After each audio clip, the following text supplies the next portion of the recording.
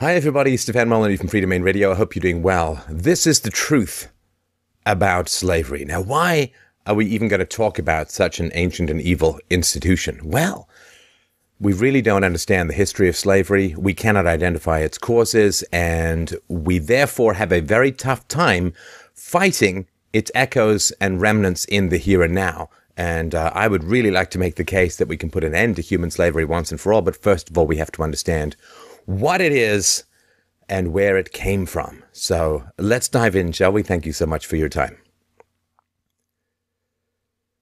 So the history of slavery. Slavery is an ancient institution common to all cultures throughout history up until the 19th century, and in many places into the 20th and 21st century.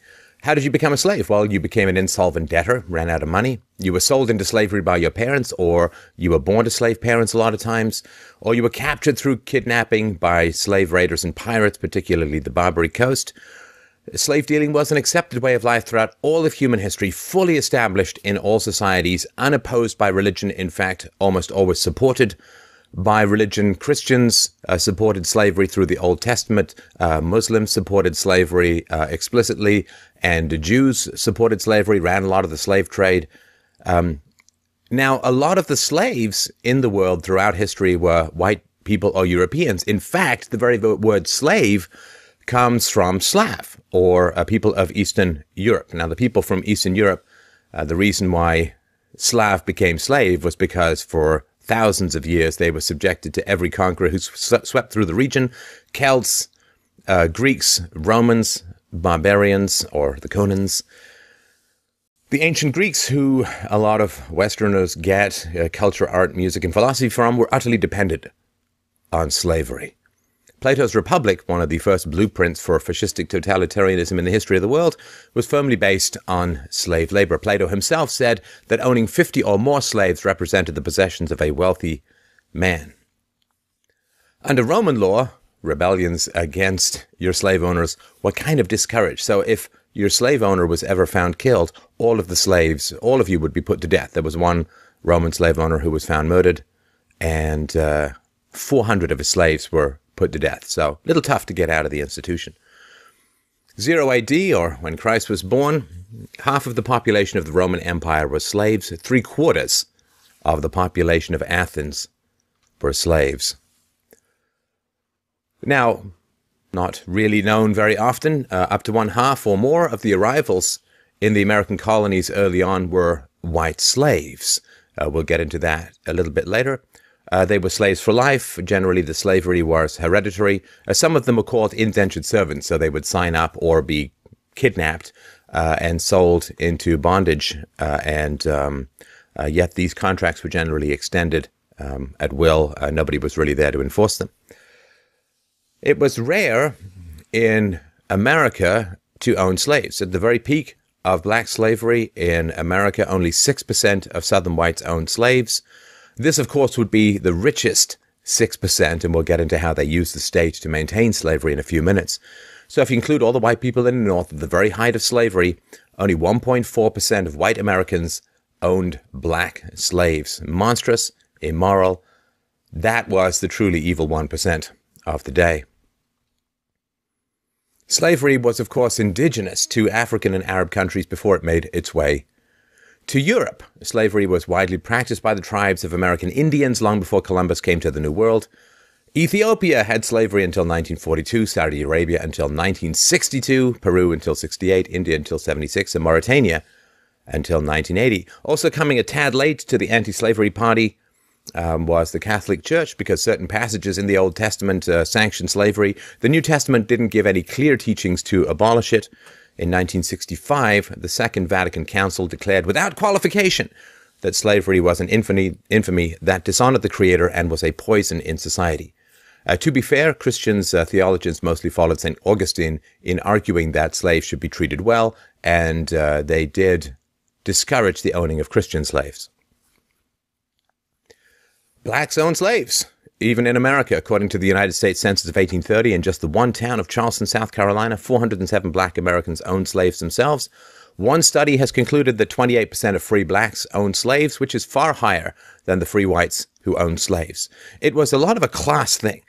I mean, the rich whites would own slaves. The poor whites hated slavery and hated the institution for a variety of reasons we'll get into, not least of which was the fact that it drove down the price of labor to the point where they found it almost impossible to compete.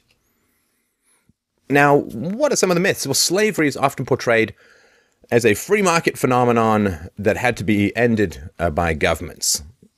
But the reality is there were, in fact, only two countries in the history of the world that found it necessary to end, or at least attempt to end, slavery through civil war. One was the United States of America, and the other was Haiti.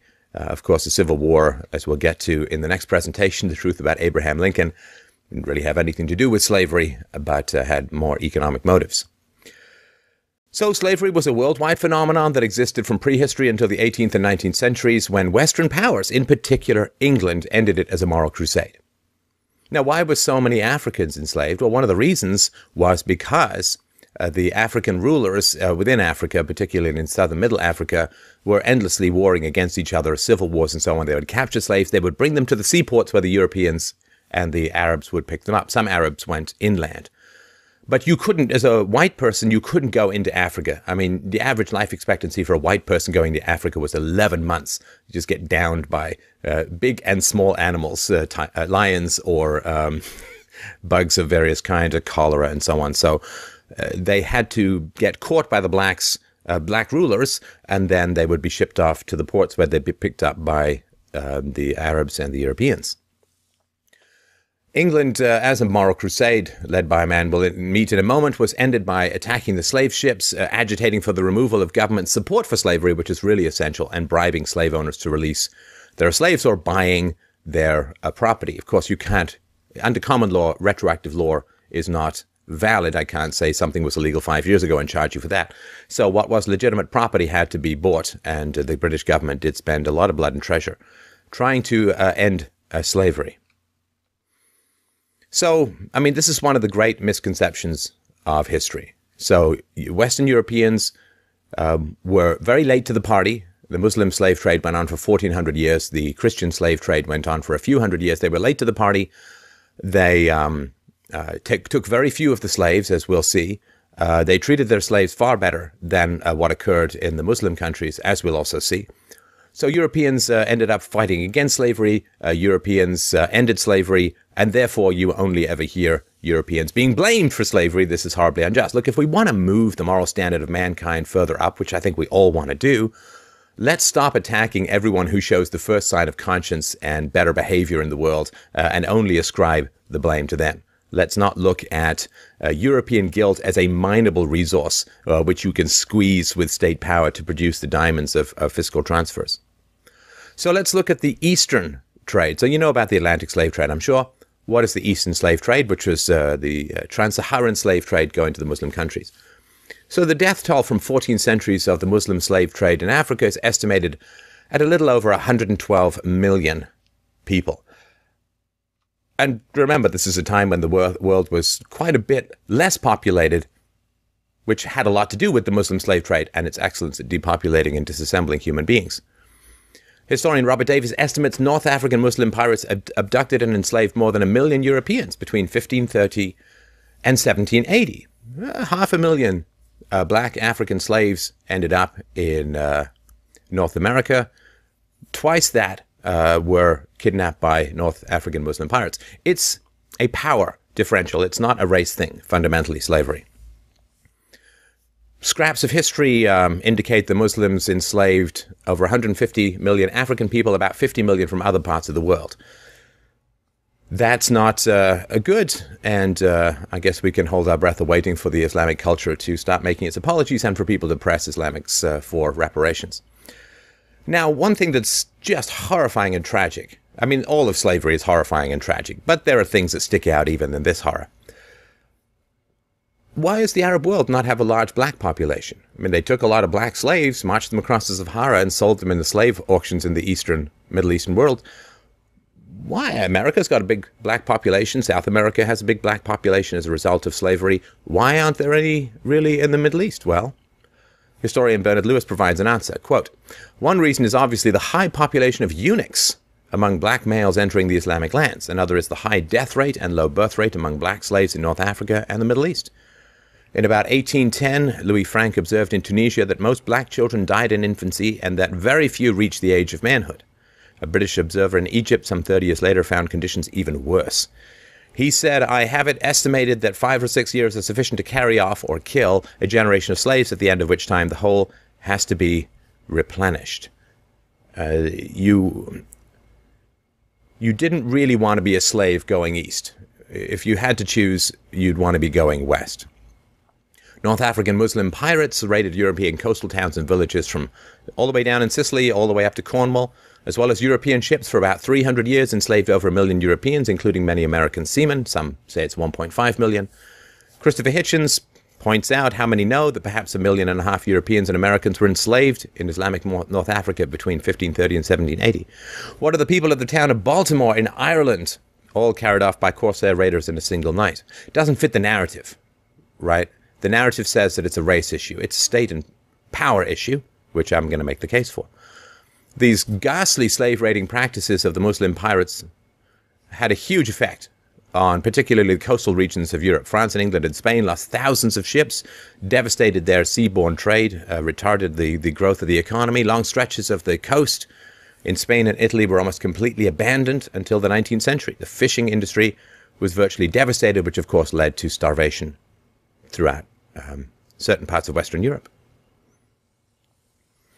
Well, Christians did come, tragically, to the party. Islam dominated the slave trade from the 7th to the 15th century, but between 1519 and 1815, Europe also joined in the trade in human flesh. Interestingly enough, it was the European nations who had suffered most at the hands of the Muslim slave raiders and under centuries of Muslim military occupation, such as Spain and Portugal, who dominated the European slave trade. It was the enemies of the Reformation who brought Europe into the slave trade. The Reformation was a 16th century movement led by Martin Luther, who tried to get the Bible translated into the vernacular, into the common tongue of the people, and gave them copies of the Bible, allowed them to come to their own conclusions, shattered the unity of Christendom under the Catholic popes and the Catholic Church into Calvinists, Zwinglians, Anabaptists, Lutherans, and so on, thus provoking a century or two of vicious religious civil war, resulting in the separation of church and state for the mere survival of European civilization. So Martin Luther defied Charles V by saying, "My conscience is captive to the word of God. Here I stand. I can do no other." So the Holy Roman Empire, which was in reality neither holy nor Roman nor an empire, authorized Europe's involvement in the slave trade in 1519. Britain's involvement in slavery was at first authorized in 1631 by the delightful King Charles I, who was executed by Parliament. His son Charles II reintroduced it by royal charter in 1672. Popes were very keen on slavery. One pope even rode around in a giant boat rowed by slaves. So it was not a great bulwark against religion. The destinations are surprising because generally you hear about black slavery in America. According to the Slave Trade by Hugh Thomas, 4 million slaves went to Portuguese-controlled Brazil. It's over 35% of the Atlantic slave trade. 2.5 million to the Spanish nations of South and Central America, which is 22%. Just under 18% to the British West Indies, mostly Jamaica. 14% of them went to French West Indies, and 500,000, 4.4% to the Dutch West Indies, and 500,000 slaves, black slaves generally, went to North America, 4.4% of the entire slave trade. I don't see a lot of people trying to give Brazil a hard time, although Brazil ended slavery in the 1880s, much later. So here's a chart. You can just look at this to see where the enslaved Africans were sent from 1500 to 1870. It's a very small amount went to British North America. So how did this end? Well, William Wilberforce, the least ghetto name in history, on Sunday, October 28th, he wrote in his diary, "God Almighty has set before me 2 great objects, the suppression of the slave trade and the reformation of society." For the rest of his life, he dedicated his life as a member of Parliament to opposing the slave trade and working for the abolition of slavery throughout the British Empire. On February the 22nd, 1807, 20 years after he first began his crusade and in the middle of Britain's war with France, Wilberforce and his team's labors were rewarded with victory by an overwhelming 283 votes, 4 to 16 against. The motion to abolish the slave trade was carried in the House of Commons. In 1809, The British government mobilized its navy to search suspected slave ships, even foreign vessels on the high seas. At the height of the British Empire, it covered a third of the globe. The British Navy was the undisputed king of the waters. One of the tragic effects was that when a slave ship would see a British corsair coming up to it, they would generally kill the slaves and dump the bodies overboard so they wouldn't be found to be slavers. In 1810, the British Parliament declared slave trading a felony punishable by 14 years hard labor. In 1814, the British representative at the Congress of Vienna insisted on the abolition of the slave trade being included in the international treaty. The treaty was signed by all the European powers on June 9th, 1815. In 1825, Britain passed a law making slave trading punishable by death.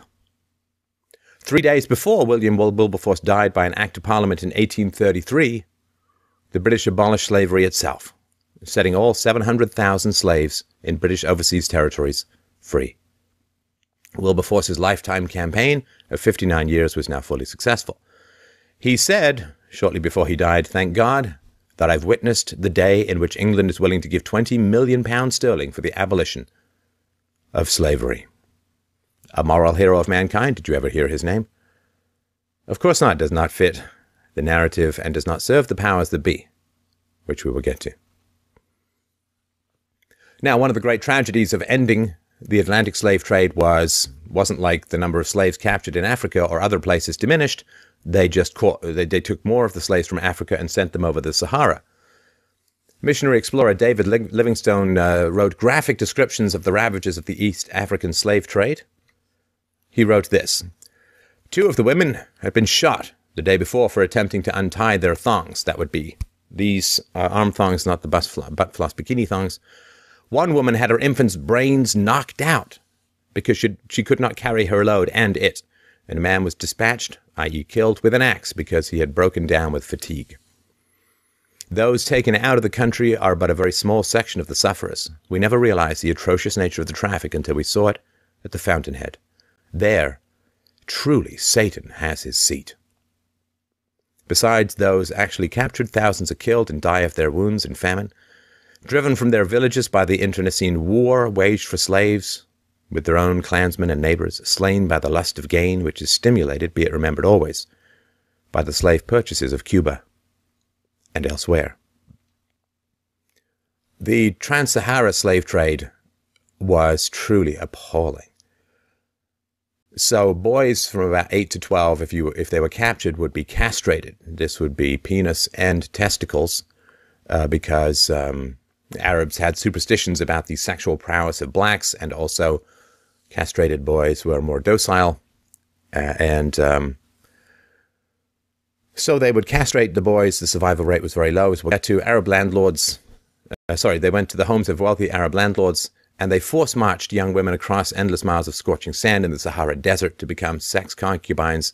Most of the women died in transit. So castration, murderous castration, obviously without anesthetic or any other kind of medical procedures or protection against infection, and the forced marching of women across the desert for the rape rooms of the eastern lands was unbelievably brutal, and far worse statistically than what happened in the Atlantic slave trade. So eunuchs, again, the penises and scrotum of 8 to 12-year-old African boys. The survival rate from this process of castration ranged from 1 in 10 to 1 in 30. So it's impossible to estimate. Hundreds of thousands, probably millions of young boys bled to death during this ghastly procedure. And in diminishing or eliminating the Atlantic slave trade, more boys went that direction rather than to the relatively safer lands in North and South America.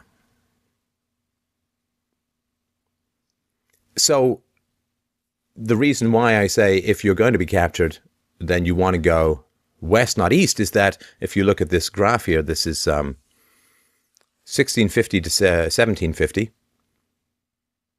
The rise of the U.S. slave population is enormous. When you were a woman in the Muslim countries, if you had a baby, as a result, of course, of being raped in these concubines, if you had a baby, the baby would be murdered, generally. So the men were castrated, and the women's babies were murdered, which is why there aren't a lot of blacks in Islamic countries these days, despite such a rampant history of 14 centuries of slavery. But early you can see that the U.S. slave population is increasing. Slaves could marry and were encouraged to have children and so on.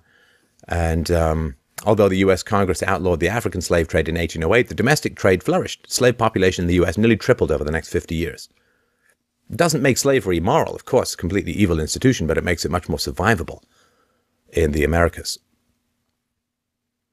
Now, the confusion of slavery with the free market is truly tragic, because then we think that it was free trade that produced slavery and it required 600,000 odd dead Americans in the Civil War to end it.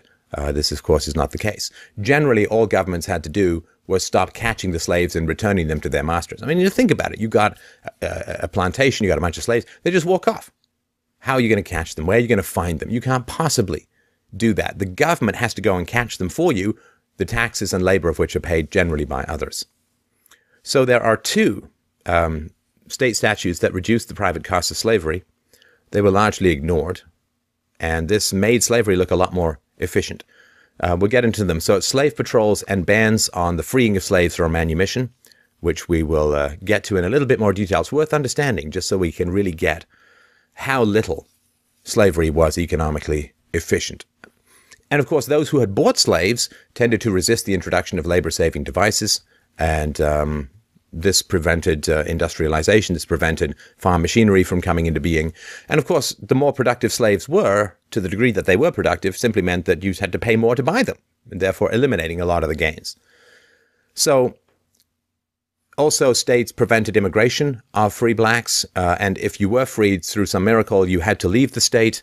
You restricted movements and rights and so on, which meant that basically most of the blacks in a given state would be slaves, which made them a lot easier to identify and to capture. So forced slave patrol. So the patrol statutes in the South required all white males to participate in slave patrol duty. So the counties established these regular patrols. The counties placed responsibility for organizing these patrols on local judges and constables, and they appointed these patrol leaders that rotated in and out, responsible for organizing and reporting on the activities of their patrols. Now, if you didn't participate in these patrols or carry out organizing responsibilities, you got a series of escalating fines, which would end up with you going to debtor's prison and possibly being sold off as a slave. So to prevent slaves from escaping, these drafted, poor whites were responsible for patrolling the rolls at night, monitoring the movement of blacks, checking their passes, inspecting slave residences. Pretty scary for the blacks. A lot of these guys weren't big fans of this whole thing and took it out on the blacks, which was wretched and tragic. And you didn't even get paid. All you could get paid was maybe you get a little reward if you catch a runaway slave. So this is a way in which, remember, it's the rich who use the power of the state to screw the middle class and the poor. I mean, we see this right now going on with the bank bailouts. I mean, how much money did you get and how much money did you have to pay? If you're not in the 1%, at the top of the financial food chain, you don't get crap. Well, you get crap and debt. And, can we really be said to have ended forced indenture when children are born hundreds of thousands of dollars in debt because of the spending of the state to buy votes? I would argue no.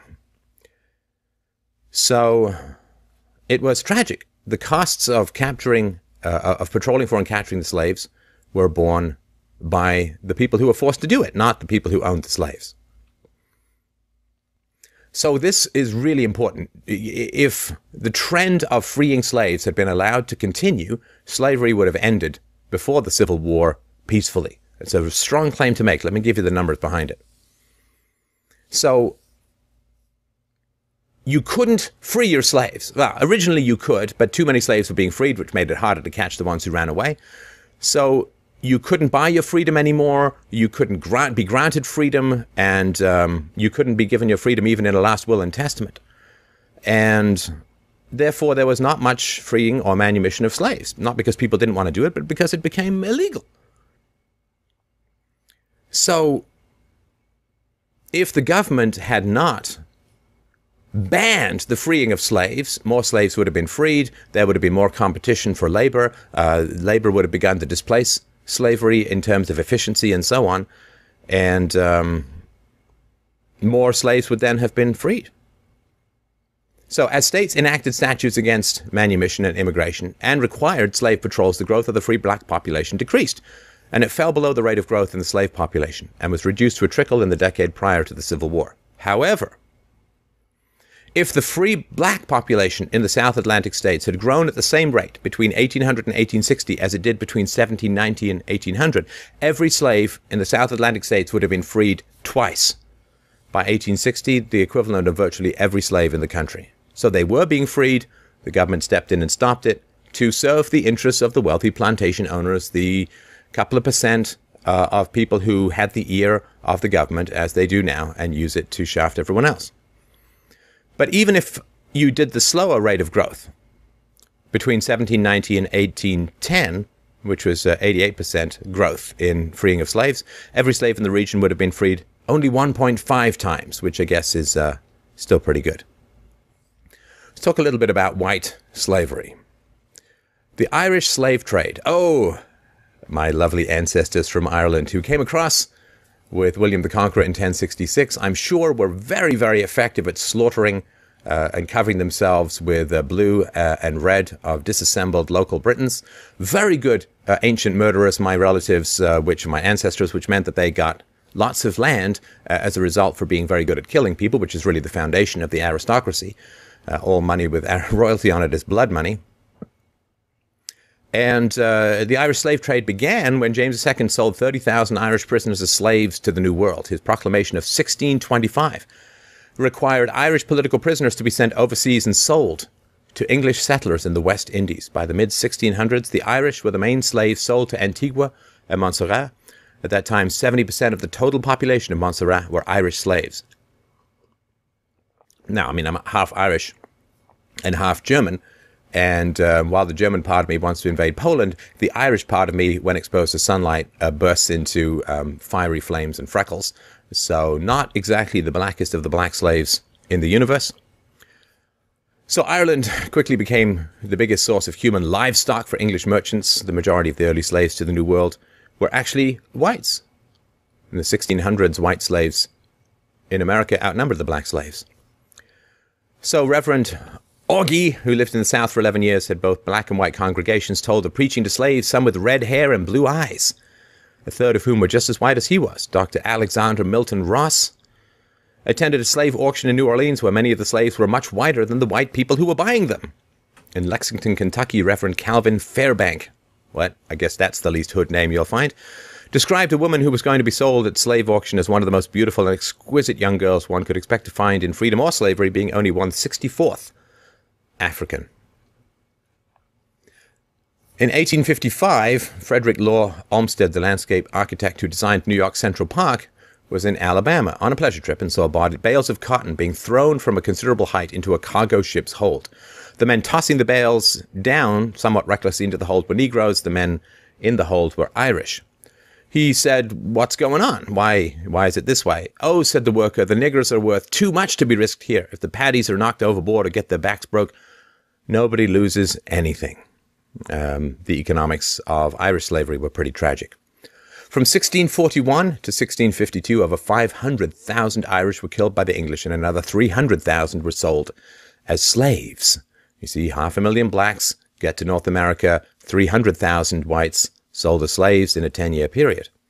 Ireland's population fell from about 1,500 to 600,000 in one single decade. This would be about the equivalent of America losing 100 million people. Families were ripped apart. The British did not even allow Irish dads to take their wives and children. Across the Atlantic, this led to a helpless population of homeless women and children. What would the English do with those helpless women and children? Oh, let's auction them off as well, as additional slaves. Oh, the British. During the 1650s, over 100,000 Irish children between the ages of 10 and 14 were taken from their parents and sold as slaves in the West Indies. Virginia and New England. In this decade, 52,000 Irish, mostly women and children, were sold to the Barbados and Virginia, long before the SPF 9 million that you need if you're an Irish person out in the sun. Another 30,000 Irish men and women were also transported and sold to the highest bidder. In 1656, Cromwell ordered that 2,000 Irish children be taken to Jamaica and sold as slaves to English settlers. The British would routinely scoop up orphans and send them across as slaves. They would also trawl brothels, rip the women out of the brothels, and send them over as breeders to the New World. So African slaves were very expensive. During the late 1600s, 50 pounds sterling. Irish slaves came a lot cheaper, no more than 5 pounds sterling. And this is, partly because you could just grab them. You didn't have to pay the African warlords for the slaves, and they were cheaper and easier to transport.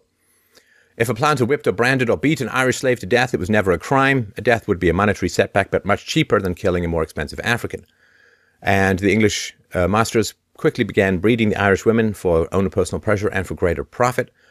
Children of the slaves were themselves slaves, which increased the size of the merchants' workforce. Even if an Irish woman somehow obtained her freedom, her children would still be born as slaves to the master, so they're not going to go and abandon their kids. They just generally hung around to take care of them. England continued to ship tens of thousands of Irish slaves for more than a century. Records state that after the 1798 Irish Rebellion, why would they rebel? Such a lovely environment. Thousands of Irish slaves were sold to both America and Australia. They were horrible abuses of both African and Irish captives. So, white slaves, Middle Eastern slaves, African slaves, it was all over the world. And there are still some significant differences to be noted between the Atlantic slave trade and the trans-Saharan slave trade. So 2 out of 3 slaves shipped across the Atlantic were men, but 2 women for every man were enslaved by the Muslims, again, for sexual concubinage or institutional rape. The mortality rate for slaves being transported across the Atlantic was as high as 10%, but the percentage of slaves dying in transit on the Trans-Saharan and East African slave trade was between 80 and 90%, which is why I say if you're going to get caught, you want to go east, not west. So almost all the slaves shipped across the Atlantic were for agricultural work. The ones that went east were for sexual exploitation in harems and for military service. So many children were born to slaves in the Americas. So your marriage wasn't legally recognized, but you could get married and have kids. Millions of their descendants are citizens in Brazil and the USA. But there are very few descendants of the slaves that ended up in the Middle East. One of the great genocidal, murderous, barbaric, vicious tragedies of human history, generally unacknowledged. So, again, as we mentioned, you get married in the Americas, North and South America. In the Middle East, you were generally castrated as a male, and your babies were murdered if you were female. So, the Atlantic slave trade was not the result of market forces. It was not a free market. It was developed under the power of the state. We've already talked about how the state used the power of law to socialize or to offset the cost of capturing and returning slaves, and did not allow slave owners to free their slaves. So, of course, slavery existed in the tribal African societies, which was the source of slaves. Europeans could not go into Africa and catch slaves. They would just catch disease and die. This was not a market force that was going on. It was not free trade and private ownership that was going on in the tribal African societies. The slave trade as a whole was not founded by private firms. It was established by the colonial powers, which instituted monopolies to exploit the indigenous population. So the Dutch West India Company was chartered in 1621. The Royal Company of Adventurers for the Importation of Negroes was formed in 1662. These were not private corporations or companies of any kind. They were governmental military structures which gave a monopoly on the slave trade, subsidized it, and in return for great profits. Think of it as the military-industrial complex of its time.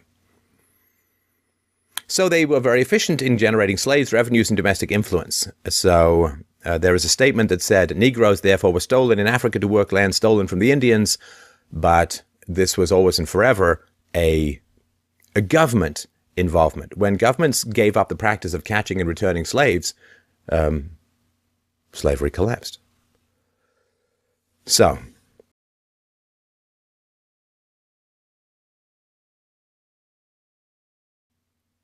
let's understand what slavery is.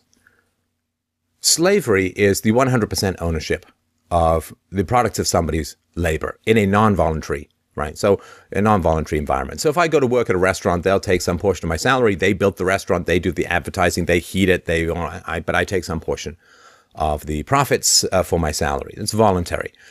When you force someone to hand over 100% of their earnings, that is pure slavery. What percentage of your earnings are forced over at the hands of the state? See, we really haven't fundamentally outgrown it as an institution.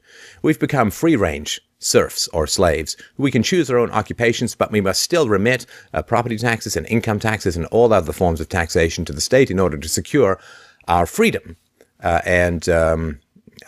We really haven't understood what slavery was and where it came from. We've been told to turn it into two things that are fundamentally incorrect. One is it's become a race issue for obvious financial gain reasons and reasons of the profitability of victimization in the face of a relatively empathetic culture. So it's become a race issue when it fundamentally wasn't. It was a power issue. When the British could get away with enslaving the whites, they got away with enslaving the whites. When they could get away with enslaving the Africans, they enslaved the Africans. When the Muslims could get away with enslaving everyone, they enslaved everyone. When the Jews could profit from their participation in the slave trade, they did and could. So it is not a race issue at all, fundamentally. We've been told to make it a race issue so that we fight amongst ourselves rather than looking at the real source of the problem of slavery, past, present, and future, which is the powers that be, who indoctrinate us to fight with each other rather than look at the genuine power structures in the world, which are around the viciousness and violence and exploitation of state power at the behest of the financial powers who lend to the state, so the state can bribe us with goodies and have our children pay off those goodies.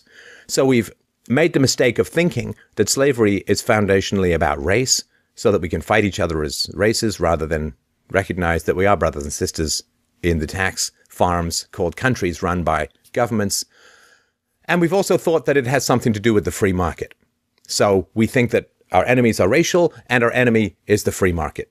Well, it is not a race-based institution, and it was the complete opposite of the free market. It was a central, fascistically controlled pseudo-market. It's called capitalism, crony capitalism, where you use the power of the state to benefit financial interests. That's not the free market at all. Forcing people to go and catch slaves, that's not the free market. Forcing people to not do what they want with their own property. If slaves are property, you should be able to set them free, right? But banning people from setting their slaves free is not treating slaves even as property, as it should have been at the time under the law.